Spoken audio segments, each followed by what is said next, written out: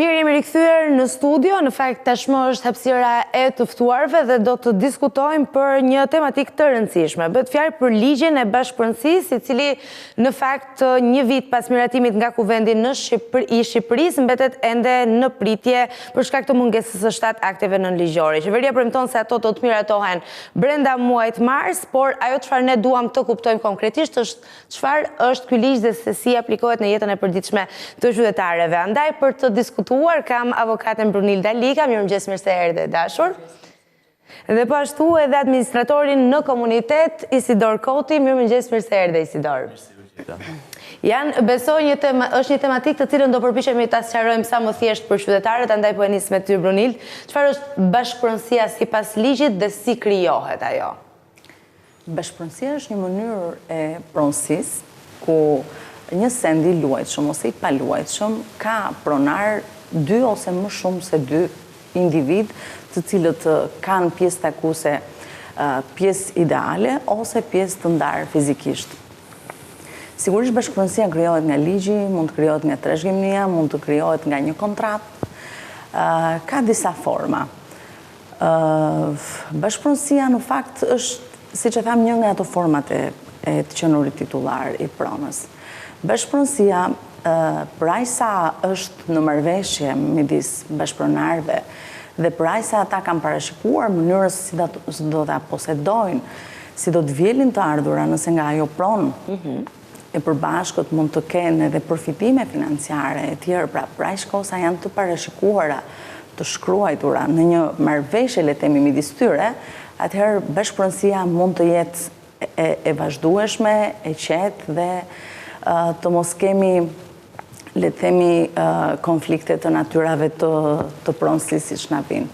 Dhe konfliktet e natyrës së pronësisë janë vërtet shumë përhapura. Bashkëpronësia në vendin tonë sjell diskutime, kur vjen momenti për të ndarë fitimet që vijnë nga bashkëpronësia, ose mënyra e përdorimit të pronës që është me bashkëpronësi, sigurisht vijnë konflikte ose mosmarrëveshje të natyrave të ndryshme që mund të zgjidhen deri me diskutim ose mund të shkojnë dhe në dyert e gjykatave për të gjetur zgjidhje.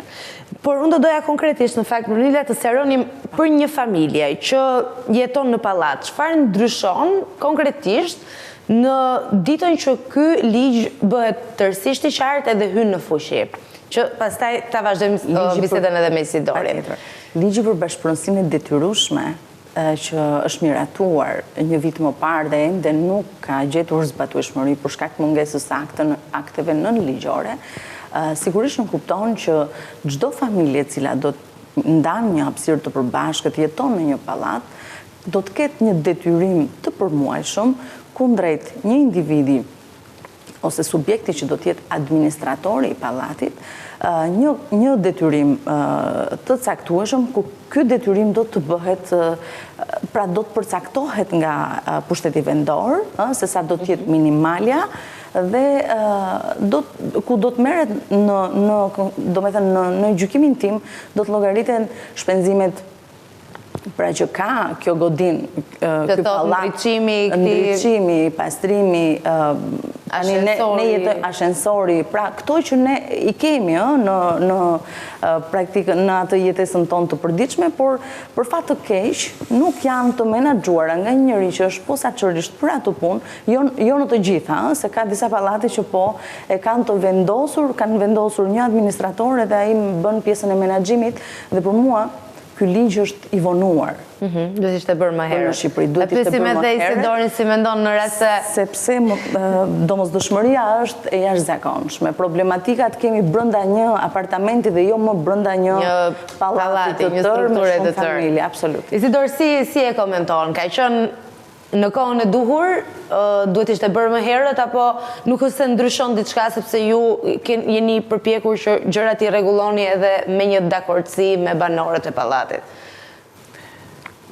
Ligji i ri është një përpjekje për të përmirësuar ligjin e vjetër, sepse në vitin 2009, pra në prill 2009, ka qenë edhe ligji 1012, e miratuar këtu e 17 vjetë më përpara, dhe nuk ka gjetur zbatueshmëri. Hapi parë, le të themi, institucional që është ndërmarrë, ka qenë në vitin 2017. Unë kam fatin e mirë që e kam ndjekur gjithë këtë periudhë e curin e funksionimit ose jo të ligjit të mëparshëm.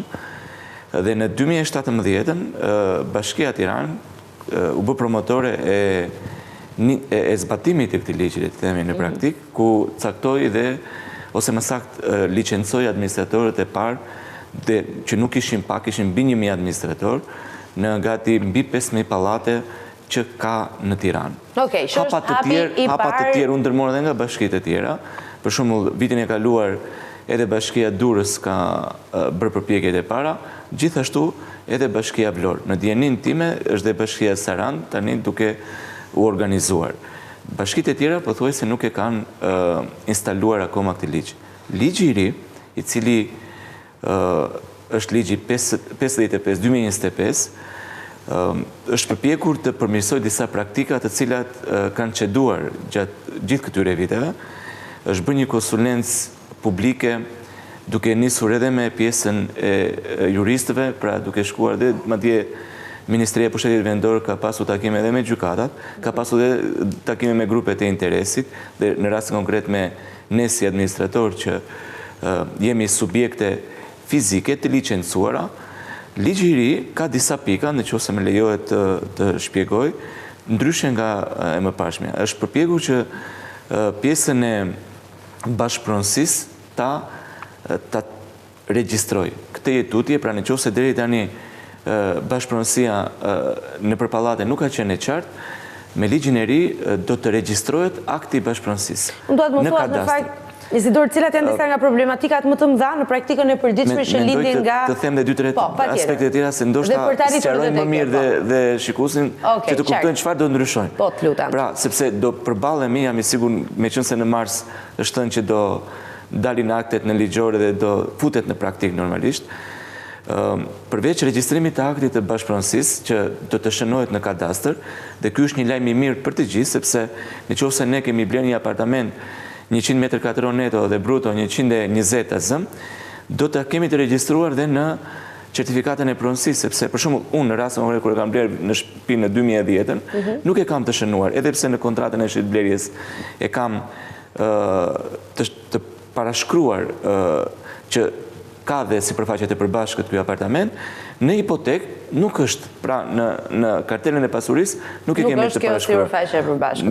Me regjistrimin e aktin e bashkëpronësisë, siç na është shpjeguar kur kemi bërë takimet në ministri, do të jenë të shënuar, dhe ky është një lajm i mirë për publikun, për njerëzit, për të gjithë ne. Hapi i dytë, që gjithashtu është i rëndësishëm, është që administratorët nuk do të jenë më persona të pa licencuar apo në mënyrë të zgjedhur në mënyrë rastësore, përveç se do të kenë licencë nga çdo bashki, janë detyruar të kenë dhe një NIPT, pra duhet të jenë të regjistruar në mënyrë që të nxjerrin fatura. Pra të jenë të kontrolluara, të mos ketë më hije dyshimi që këto lek po na shkojnë dëm. Nuk do të ketë evazione dhe abuzime. Këto fatura... Ka qenë një nga problemet më të mëdha, në fakt. Dhe një aspekt tjetër që kush nuk paguan në kohën e dur, pra çdo muaj, pas 3 muajve, kjo kuotë do të shtohet me 30%, si shtohet në ligjin e ri, dhe nëse nuk paguhet, atëherë kalon drejt për drejt fatura ekzekutive në përmbarim. Që do të thotë, nëse ka, siç ka shumë tashmë debitor që nuk duan, edhe me vullnet të lirë, madje nuk duan të paguajnë detyrimet e administrimit, duke bërë dhe këshillëk ndaj atyre që janë korrekt, ata janë të detyruar tashmë të shkojnë në përmbarim. Po flasim si do funksionoj. Nuk e dim, por po flasim ligjërisht se si do të jetë. Ne do shpresonim më të mirë. Këto janë disa nga aspektet e ndryshimit që shpresojmë të zbatohet në praktikë. Duke në pozitive. Brunilda, në fakt ka disa pjesë të cilat vlen të diskutohen edhe nga ato që Isidori i përmendi, pra që duhet jenë edhe administratorët tashmë të licencuar, nëse kemi le të themi një hyrje në fuqi nga marsi dhe në vazhdim fillon të praktikohet gjithçka, një mënyrë edhe për ndërgjegjësuar pse jo banorët nga ana tjetër që kanë përgjegjësi në momentin transparent, patjetër, është sigurisht çdo ligj ka për synim qëllimin, është i qartë se pse krijohet dhe sigurisht që në momentin që nuk zbetohet, parashikon edhe sanksionet përkatëse. Patjetër që dhe në rastin konkret nuk mund të lihet ashtu, nëse banorët nuk do t'jenë korrekt ndaj detyrimeve të tyre që do të kenë të përcaktuar në ato kontratë, marrëveshje e tjerë si mund ta quajmë, që do të lidhin me subjektin tashmë, duke qenë se detyrimi do të ketë dhe një NIPT, do të parashikojnë sanksionet të posaçme ku do t'i detyrojnë ata për të qenë korrekt. Në të kundërtën kemi dhe përmbarues gjyqësor për ku mund të ekzekutohen këto detyrime e tjerë. Pra, po themi Brunil që në rastin që ne dim në për pallate dhe komunitete ka nga ata që janë shumë korrekt, ka nga ata që gjithmonë korrektësia nuk është pika e fortë. Pra po themi që në rast se ne kemi një administrator i cili regjistrohet, ka një NIPT, sikurse edhe Isidori e përmendi, qytetarët të cilët nuk paguajnë mund të marrin edhe sanksione në mos përgjigje të detyrimeve të tyre të përmuajshme apo çfarë do qofshin për pallatet. Doja të shtoja, pavarësisht se nuk duam ta bëjmë të frikshme për banorët, por mirë është ta dinë që ligji parashikon gjithashtu që ekziston mundësia që në rast se nuk kryhet kjo pagesë, ky detyrim, kjo debi shënohet edhe në kadastër, që do të thotë nëse ai do të bëjë një si puna historiku të kredisë është dhe kjo. Në një farë mënyrë, pra nëse ai do të bëjë një akt shitje apo qeradhënie apo ku diun çfarë, ai del prona me probleme në kuptimin financiar. Me detyrime. Me detyrime, në një farë mënyrë, po me detyrime. Duke qenë se ne e dim pjesën më të madhe të gjyqeve sot Shqipëri kemi për prona, dhe unë e them shpesh herë këtë, në fakt kur bie rasti të flasim për tregun e pasurive të paluajtshme apo për pronësinë, bashkëpronësinë, a mund ta shes një bashkëpronar pjesën e tij që i takon pa pëlqimin e bashkëpronarëve të tjerë dhe kush ka të drejtë në blerjen e pjesës së bashkëpronarit që është i interesuar ta shes ligjërisht, të Brunhild? Pavarësisht pjesës takuese që ka një bashkëpronar, sepse jo në të gjitha rastet bashkëpronarët kanë pjesë të barabarta ideale në një pasuri të luajtshme apo të paluajtshme. Pavarësisht pjesës takuese, bashkëpronari duhet të japi pëlqimin e tij në mënyrë që të vijohet me procedurën e shitjes.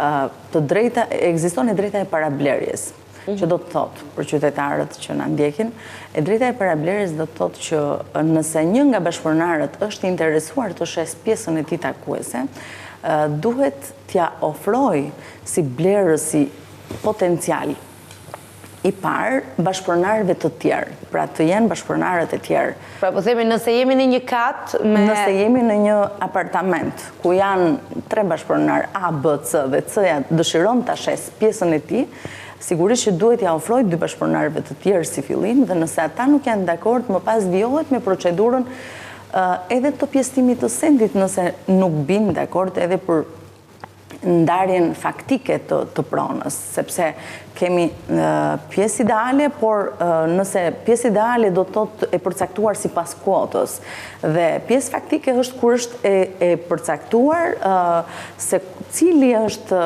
tek ambienti i përbashkët, tek një apartament që përmendëm, cili është ambienti që i përket njërit nga 3 bashkëpronarët, siç e supozuam. Dhe nëse nuk arrihet marrëveshja sigurisht e pjesëtimit të këtij sendi me akt notarial përpara një notari publik, i drejtohemi institucionit të gjykatës. Dhe ai duhet të jetë opsioni i fundit në fakt. Sigurisht opsioni i fundit, sepse duhet kemi parasysh që kur i drejtohemi gjykatës, deri para pak kohësh ne kishim probleme për të marrë një datë gjyqi shumë shpejt, sepse kishim vakanca në shumë gjykata të jurisdiksionit përgjithshëm shkallës parë.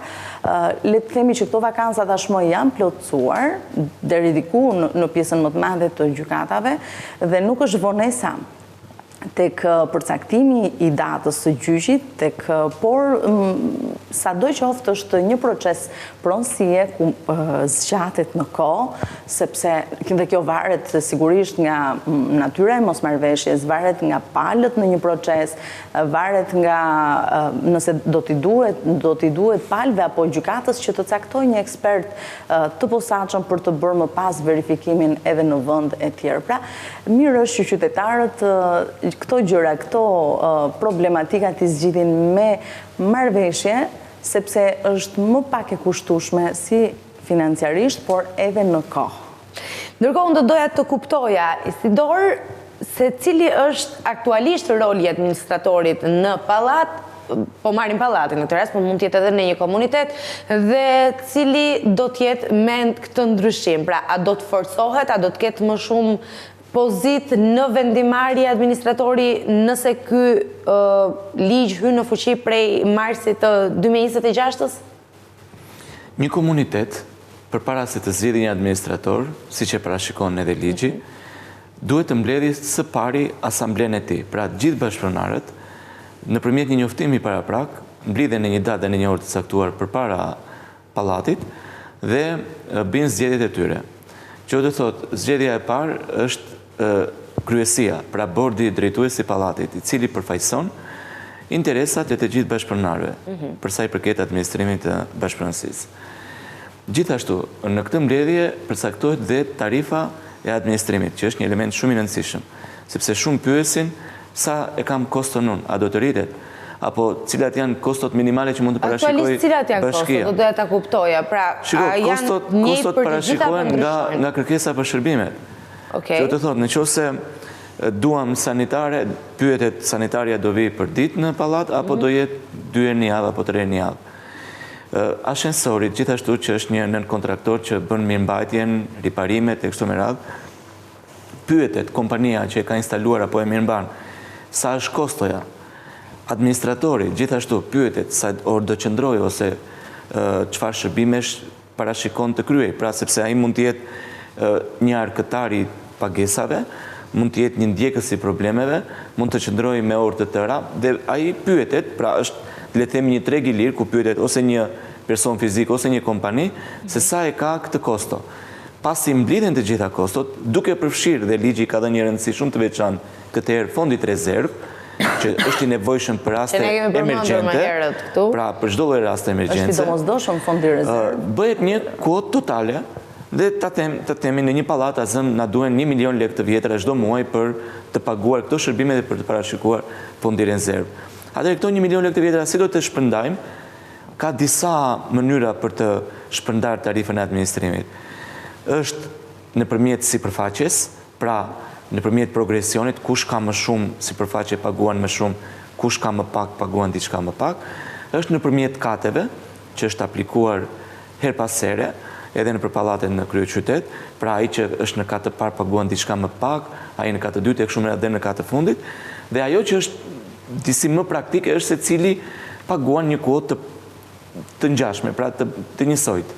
Për shembull, 1.000 apo 1.500 lekë të reja, këtu është vërtitur rrotulluar, le të themi, tarifa e administrimit këtë periudhë. Administratori deri tani i ka mbledhur kesh, ligji parashikon që pagesat mund dhe do ishte shumë herë më mirë të paguheshin nëpërmjet bankës, merr faturën dhe e paguan, sepse është një praktikë që do ndihmonte edhe për transparencën. Patjetër.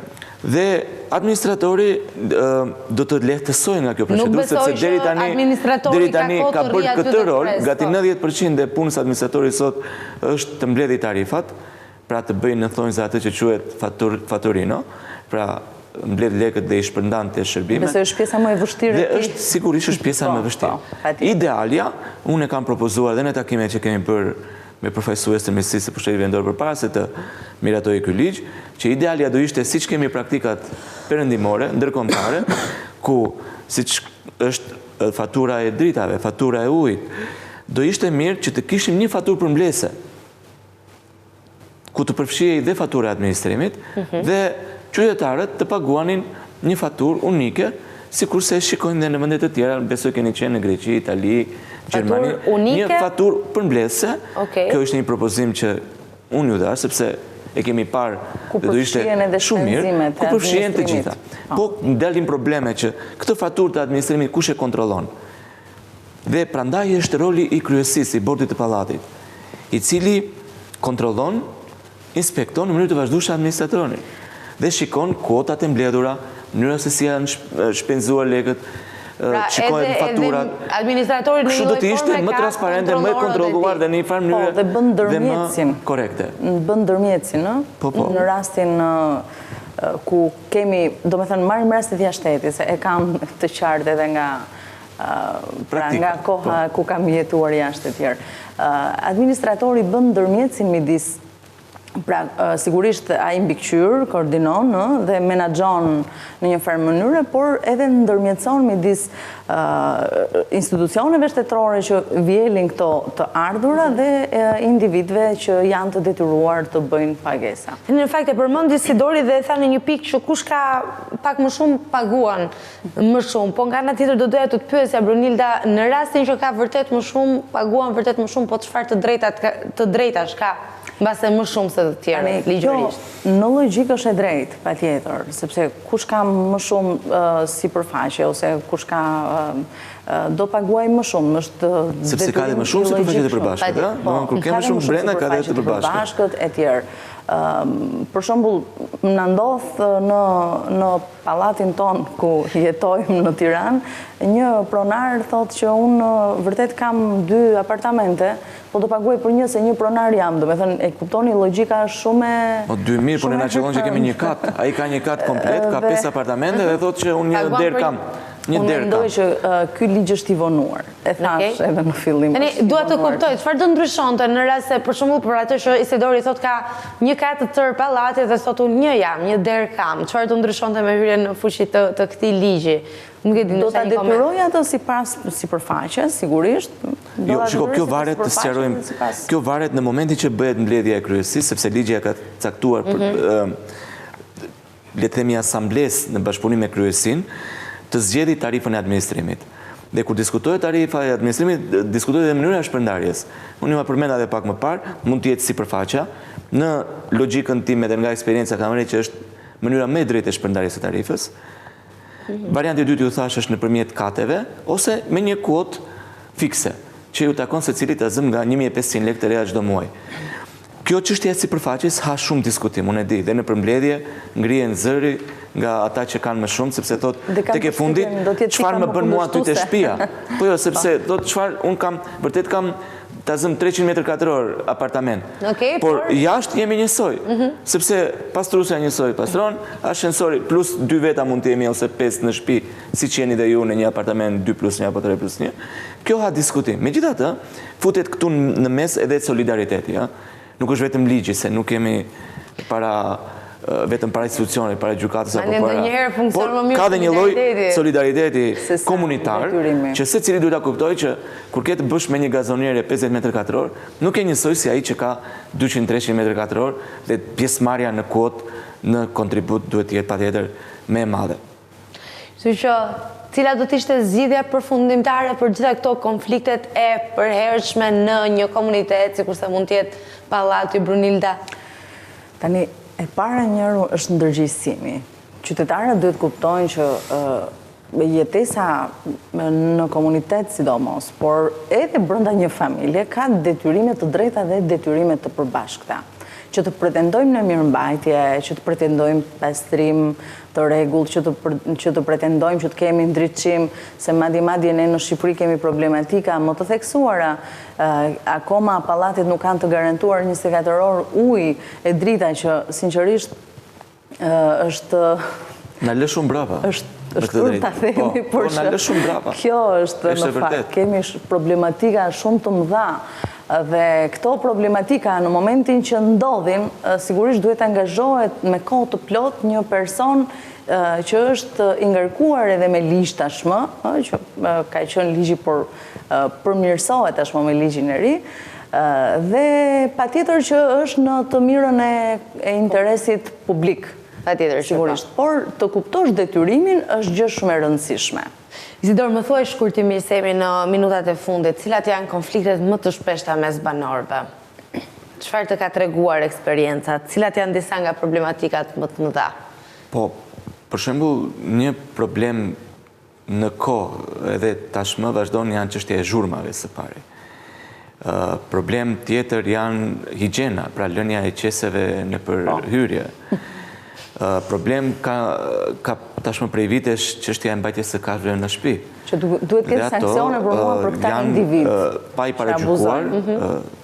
paragjykuar, por dhe ata duhet të jenë të kujdesshëm, ata që janë zotrues të kafshëve në shtëpi.